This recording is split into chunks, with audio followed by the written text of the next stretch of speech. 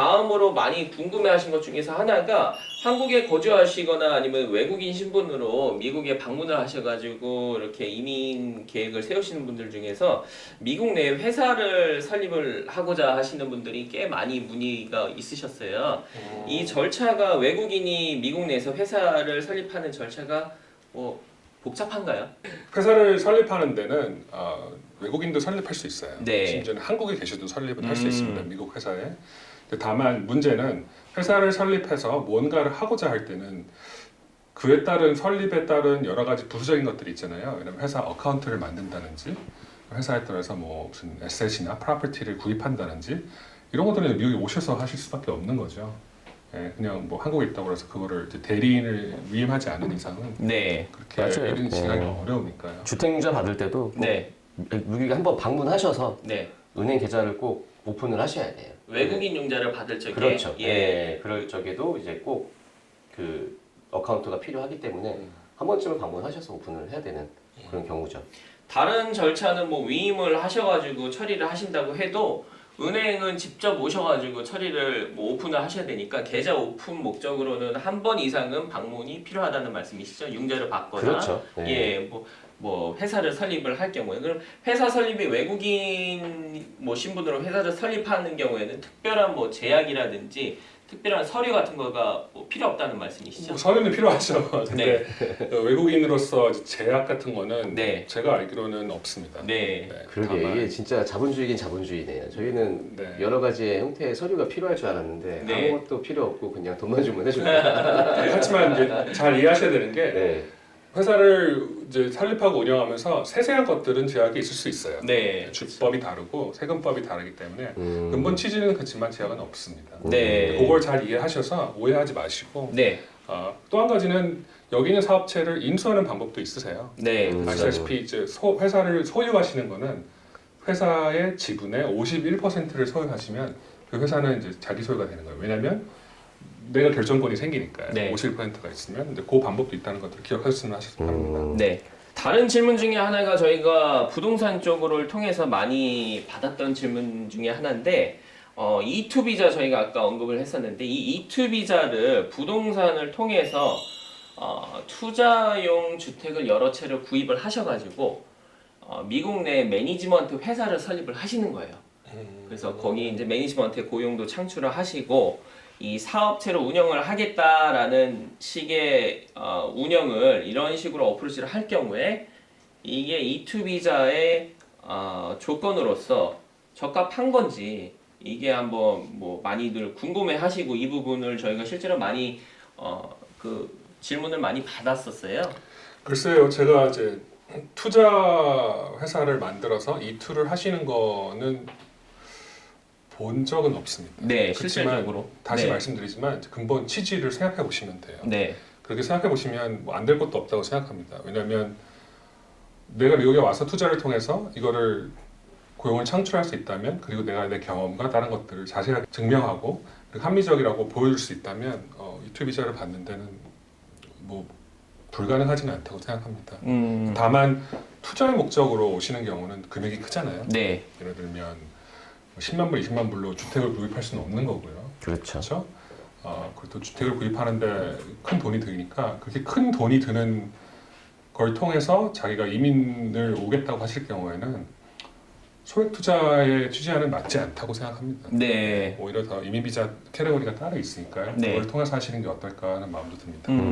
이 E2 비자라는 게 캐러고리가 참 애매한 부분이 있는 것 같아요. 그래서 방금 말씀하시다시피 딱 정해진 금액은 없지만 뭐 그래도 누가 들어도 좀 메이크 센스 한 그런 플랜으로 이제 어프로치를 해야 되는데 이런 매니지먼트 회사가 있는 뭐 회사를 이렇게 인수를 한다든지 그런 게 오히려 조금 더 메이크 센스가 되지 않을까 생각을 하거든요. 아무래도 훨씬 더 좋죠. 네. 왜냐하면 잘 운영이 되어가고 있는 회사가 그런 지분을 50%를 이제 이민을 하고자 하는 분들이 사업을 인수하시면서 그에 대한 경력도 증빙되고 그렇게 진행한다면 내가 가서 맨땅에 헤딩하는 것보다는 훨씬 더 기회가 크지 않을까 생각합니다. 그렇죠. 이 필드에 전혀 관련이 없으셨던 분께서 이런 식으로 어프로치를 하는 것보다는 아무래도 방금 언급해 주셨듯이 이런 회사가 운영이 돼 있는 회사를 인수를 한다라는 플랜으로 접근을 하시는 게 조금 더 유효할 것 같고.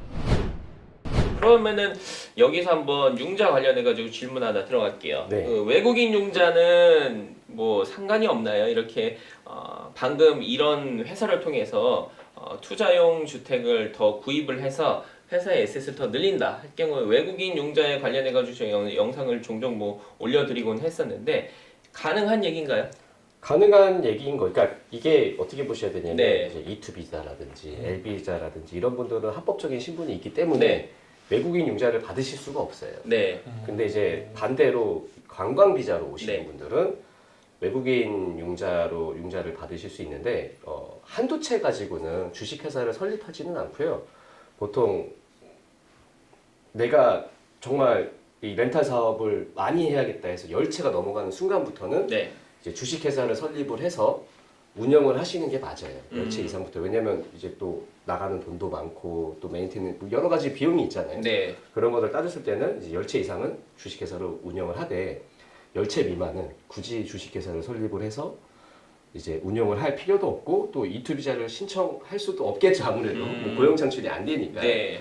그렇기 때문에 외국인 융자를 그냥 오셔서 외국인 융자를 받으시는 분들은 이 주식회사하고는 전혀 상관이 없는 것 같아요. 네.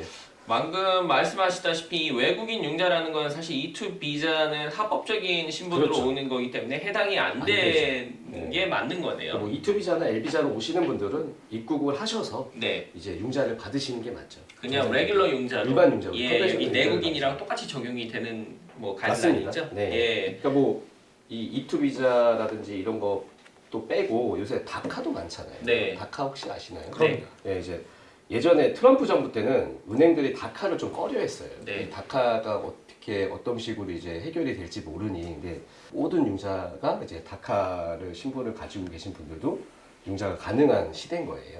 그래서 뭐 이제 그 외국인만 아니면 미국의 합법적인 신분을 가지고 계신 분 누구든지라면은 이제 융자를 받으실 수가 있는 거죠. 네, 그 다카도 포함이 돼 있는 거고요. 거기에. 네, 다카가 포함이 돼 뭔지 있습니다. 다 아시나요? 네네. 아, 대충은- 수준이 높으시군요. 대충은 알고 있습니다. 네. 그리고 이렇게 방금 뭐 궁금해하셨던 것 중에서 연결이 될 수가 있는데 그렇다면은 이렇게 영주권 소속을 진행 중이거나 이렇게 준비를 하시는 분께서 미국 내에서 거주 용도로 투자 용도가 아닌 거주 용도 주택 시 만약에 이게 거주 용도로 뭐 현금으로 매입을 할 수가 있고 방금 아까 그 언급하셨던 뭐 외국인 융자라든지 융자를 통해서 할 경우에 어떤 경우에도 이제 주택 구입을 할 경우에 차후에 영주권 심사를 들어간다든지 아니면 이런 서류 진행 과정에 영향이 있을 수가 있나요? 없습니다. 전혀 없나요? 네. 왜냐하면 이게 생각을 해보시면 두 가지의 이슈의 주리스딕션이 달라요. 네. 한 군데는 이제 뭐 이민국, 한 군데는 주법을 통하는 곳을 하기 때문에 그거를 통해서 어떤 증빙을 해야 할 부분이 있다면 뭐 쓰일 수는 있겠지만 기본적으로는 없습니다. 왜냐하면 집을 사는 건 집을 사는 거고요. 여기 영주권을 신청하는 건 영주권 신청하는 건데 영주권이 신청해서 가능성을 두고 하는 거잖아요. 네. 될 수도 있다, 안 될 수도 있다. 안 될 수도 있는데 집을 사서 거주하시다가 안 되면 뭐 그분이 알아서, 파실 수도 네, 있고. 파실 수도 네. 있고 뭐 렌트를 돌릴 수도 있고 하시겠죠. 아마 이 부분을 궁금해 하셨던 게 트럼프 정부 때는 아무래도 SS 오픈을 더 하게끔 이렇게 리콰이어가 더 됐었던 걸로 맞습니다. 저도 들었던 맞습니다. 것 같아요. 예, 그래서 현 정부 때는 이런 부분들이 조금 변화가 있는 거죠. 맞습니다. 트럼프 정부 때 가장 쉬운 예를 들면 가장 쉬운 뭐 결혼을 통한 이민 스폰서를 받을 때도 어떤 서류를 해서 가지고 있는 재산들을 모두 다 적게 했어요. 네. 심지어는 그 사람의 학력부터 학교까지 다 적게 했는데 요즘에는 그거는 제외됐습니다. 많은 게 변했네요. 이런 부분들이 아마 변화가 있다 보니까 트럼프 정부 때 이런 얘기들을 들으셨던 분들이 이런 부분을 또 걱정을 하셨던 것 같아요. 주택을 구입을 했을 적에 나중에 오픈이 돼서 괜히 이런 게 책이 잡히지 않을까 그런 마음에서 이런 질문을 하셨던 것 같습니다. 그래서 오늘 저희가 이렇게 뭐 대충이나마 큼직큼직한 캐러거리로 질문 많이 받았던 질문 중심으로 한번 콜라보 영상을 준비해 봤고요. 좀 아까 변호사님 그 처리하시는 주 업무 중에서 민사 소송도 하시고 여기에는 그 컨트랙 리뷰 같은 것도 하시죠? 계약서. 맞습니다. 저는 민사, 그러니까 형사가 아니고 다 민사예요. 네. 용자 쪽도 네. 부동산 쪽도 다 민사인데 민사하고 민사소송과 이민 그리고 이제 법률 상담과 컨트롤 리뷰 같은 것도 다 하고 있습니다. 네. 미국에서는 이 컨트랙 리뷰도 굉장히 중요하잖아요. 그래서 그렇죠. 제가 아무래도 이제 드리는데, 비즈니스를 사업할 네. 때는 컨트롤 리뷰를 꼭 변호사분들을 통해서 해야 되는 것 중에 하나인 거죠. 네, 반드시 이 컨트랙 그 법적 효력이 있는 컨트랙이 주고 왔다 갔다 하는 거기 때문에 주택 구입 시에는 아무래도 저희가 조지아 부동산 협회에서 정해진 컨트랙을 쓰는 게 대다수인데 사업체를 사고 팔 적에는 이 컨트랙 자체가 계약서 자체가 굉장히 효력이 그 세고 그렇죠. 법적 효력이 있고 여기에 대해서 굉장히 피해를 보시는 사례가 많기 때문에 이런 것도 이제 업무 처리를 해주신다고 합니다. 네. 그래서 사업체를 사고 파시는 분들 컨트롤 리뷰 같은 거 혹은 뭐 사업체, 부동산 뭐 이런 관련 개인 민사 소송 같은 업무도 이제 그 처리를 하신다니까요. 더 뭐 궁금해하시거나 이렇게 이민을 준비를 하시는 분 이렇게 인터넷 찾으면은 나오죠. 청춘 변호사라고 찾으면 되나요? 자막이 나가나요 여기? 자막 넣어드리겠습니다. 그래서 여기 애틀란타 정준 변호사님 이렇게 설치를 하시면 될 것 같아요. 그래서 이민 쪽이라든지 이런 민사 쪽 뭐 이렇게 로컬에 계신 분들 사업체 사고 파시 적에도 아마 이런 컨트롤 리뷰 같은 것도 업무 처리를 하시니까요. 궁금하신 거는 여기 밑에 자막 저희가 올려드리겠습니다. 여기 한번 감사합니다. 연락을 한번 해보시고요. 오늘 이렇게 콜라보 영상 저희 좋은 정보를 확인차 또 확인도 하고 알고 있었던 거 잘못 알고 있었던 것도 이렇게 변호사님 통해서 또 새롭게 잘 알 수 있었던 것 같아요.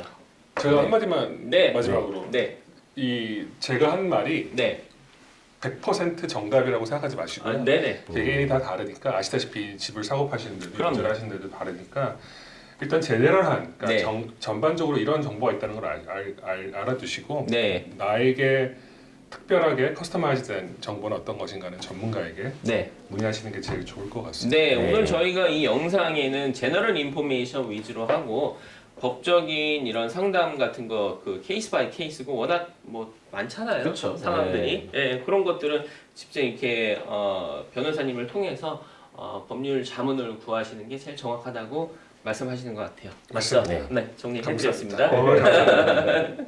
오늘 이렇게 콜라보 영상 재밌게 잘 준비했고 나중에 또 저희가 이런 변호사님의 자문이라든지 이런 거를 조금 Q&A식으로 한번 여쭐 기회도 한번 또 주시는 거 그럼요. 맞죠? 너무 네. 재밌습니다. 네. 언제든지 불러주세요. 네. 감사합니다. 네. 오늘 영상 이렇게 준비해 주셔서 감사드리고 지금까지 애틀란타 BDS의 한현 부동산 전문인이었습니다. 주택자 전문인 최윤석이었습니다. 감사합니다.